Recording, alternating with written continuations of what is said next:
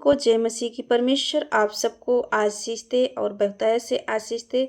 तो आज का वचन है याकूब अध्याय 5 वचन 7 से पढ़ेंगे।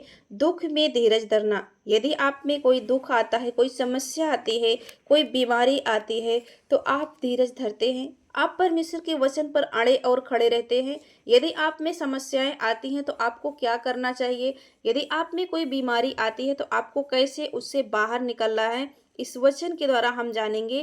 तो आइए वचन में चलते हैं। क्या लिखा है? इसलिए हे भाइयों, प्रभु के आगमन तक धीरज धरो। देखो, किसान पृथ्वी की बहुमूल्य फसल की आशा रखता हुआ प्रथम और अंतिम वर्षा होने तक धीरज धरता है। तुम भी धीरज धरो और अपने हृदय को दृढ़ करो, क्योंकि प्रभु का आगमन निकट है। हे भाइयों, एक दूसरे पर दोष न लगाओ, ताकि तुम दोषी न ठहरो। देखो, हाकिम द्वार पर खड़ा है।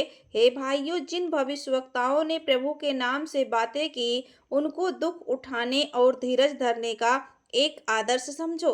देखो, हम धीरज धरने वालों को धन्य कहते हैं। तुमने आयुब के धीरज के विषय में तो सुना ही है, और प्रभु की ओर से जो उसका प्रतिफल हुआ उसे भी जान लिया है। आयुब के बारे में उसका जो प्रतिफल हुआ वो सभी भाई बहन जानते हैं। आगे लिखा है, जिससे प्रभु की अत्यंत करुणा और दया प्रकट होती है। पर हे भाइयों, हे मेरे भाइयों, सबसे श्रेष्ठ बात यह है कि शपथ न खाना, न स्वर्ग की, न पृथ्वी की, न किसी और वस्तु की, पर तुम्हारी बातचीत हाँ की हाँ और नहीं की नहीं हो, कि तुम दंड के योग्य ना ठहरो।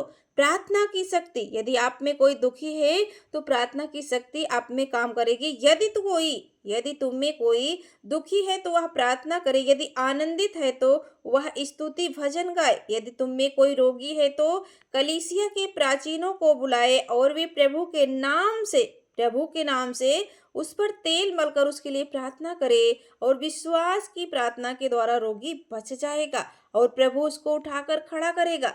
जब वह बच जाएगा तो प्रभु उसको उठाकर खड़ा करेगा, और यदि उसने पाप भी किए हो तो उनकी भी क्षमा हो जाएगी।